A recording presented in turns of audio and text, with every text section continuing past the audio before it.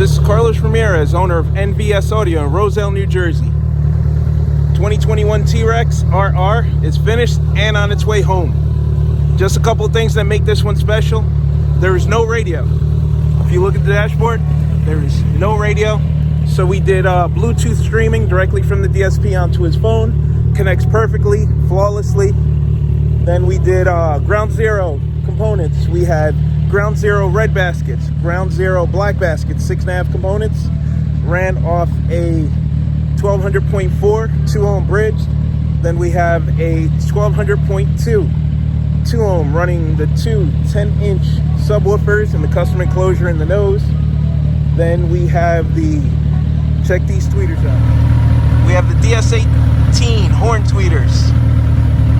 We made a custom mount with our laser, and they're mounted into the eTune fiberglass pods. They fit perfectly.